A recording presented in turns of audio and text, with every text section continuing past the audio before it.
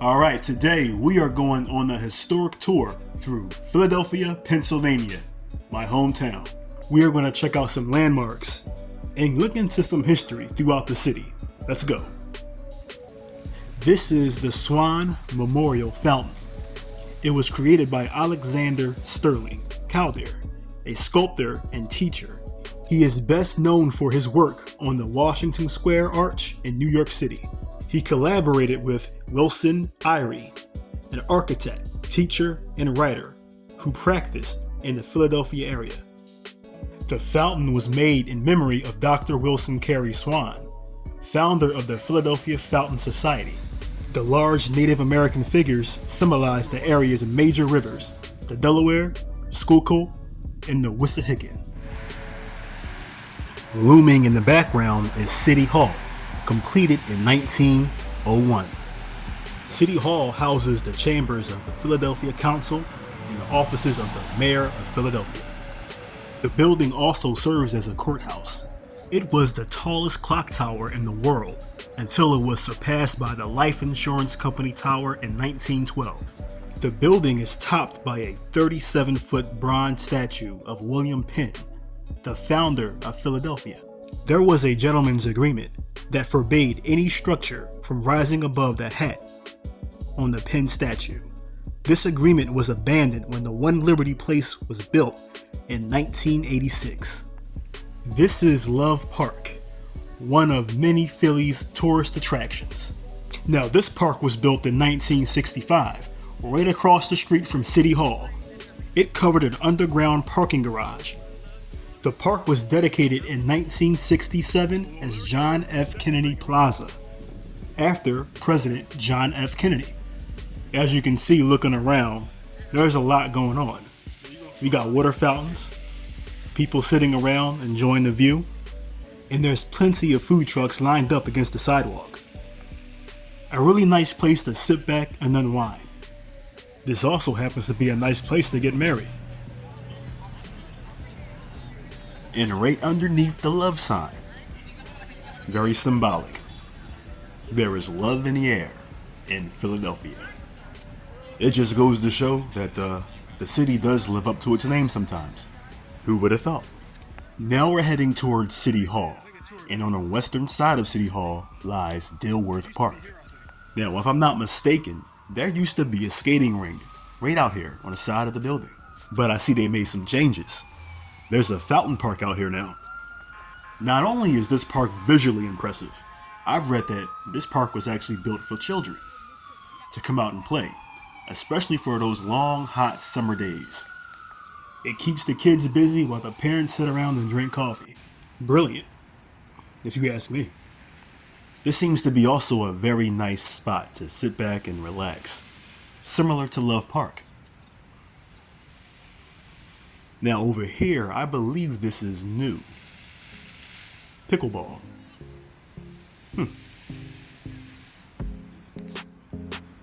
Okay, so now we're standing across the street from the Comcast Center and the Comcast Technology Center. These are the tallest skyscrapers in Philadelphia.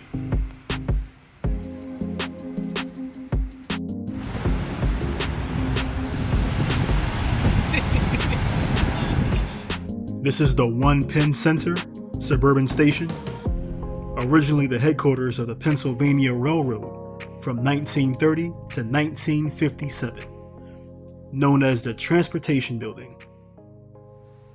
Alright, so this is some interesting history right here. This is a statue or a sculpture of Octavius Cato. He was a civil rights activist born in Charleston, South Carolina. He moved north as a child with his family. After finishing school, he started teaching while becoming an active participant in the civil rights movement. He was a Republican.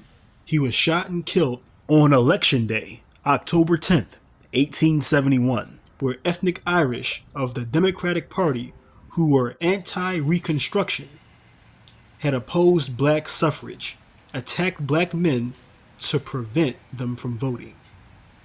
And written here is a timeline or highlights of his life. If you can't read it through this video, I would suggest that you come out here and see it in person. It's actually very impressive, very interesting. Nice illustrations.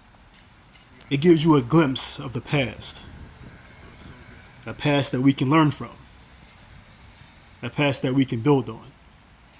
And I think sharing the history and learning from it is a good example of brotherly love. Learning from the past is one step towards a brighter future. Alright, so now we're heading down Chestnut Street on our way to Independence Hall, one of the most important buildings in the United States of America. And here it is, the birthplace of our country. This is where the Declaration of Independence was signed, and this country was officially liberated from the British. It all went down in this building. That's the city tour bus passing down the street, Rocky Balboa making a cameo appearance. But just standing here and thinking that this is where it all began is surreal. Now, some of you may not know this, but during the colonial period, Philadelphia served as the capital of the United States, decades before Washington, D.C. Check this out. These are all the people who are in line to see the Liberty Bell, but due to time constraints, I won't be able to partake. We were going to go see the Liberty Bell, but that line is way too long. Okay, moving along.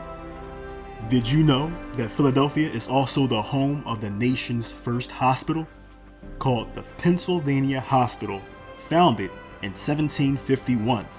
123 years later, in 1874, Philly also opened the first zoo.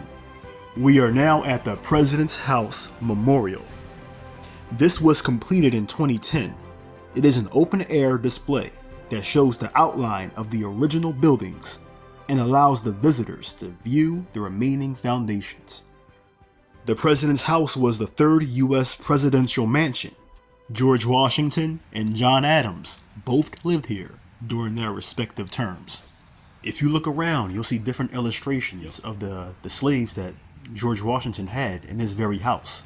During George Washington's term, he brought 8 slaves from Mount Vernon to Philadelphia in 1790. And that didn't work too good for him, because Pennsylvania gradually abolished slavery in 1780, 10 years before, putting a freeze on the number of slaves in the state and granting freedom to their children.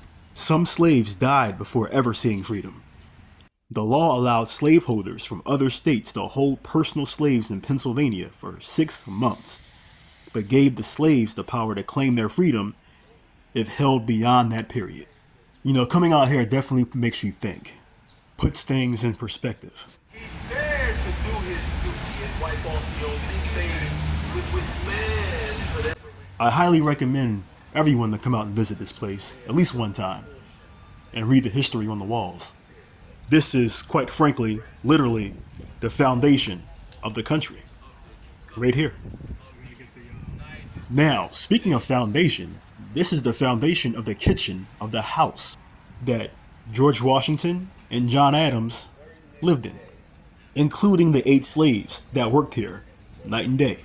Now you can see the archaeologists digging up the foundation, getting it ready for the public. And here it is, the original foundation to the kitchen of John Adams and George Washington.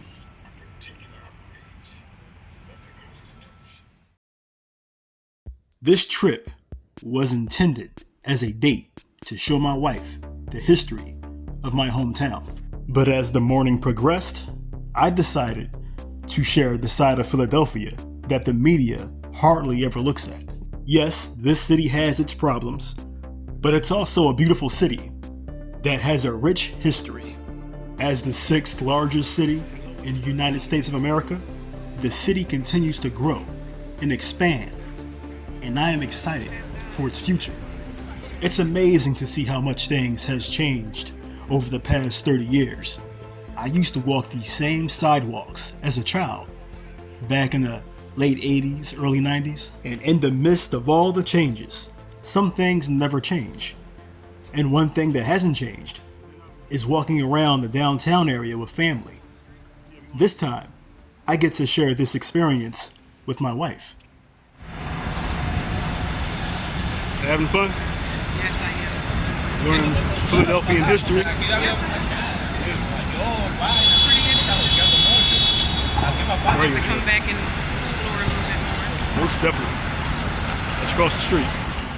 On the way back to the car, I noticed this building. It's a new one, actually. It was built recently. It's a Mormon temple.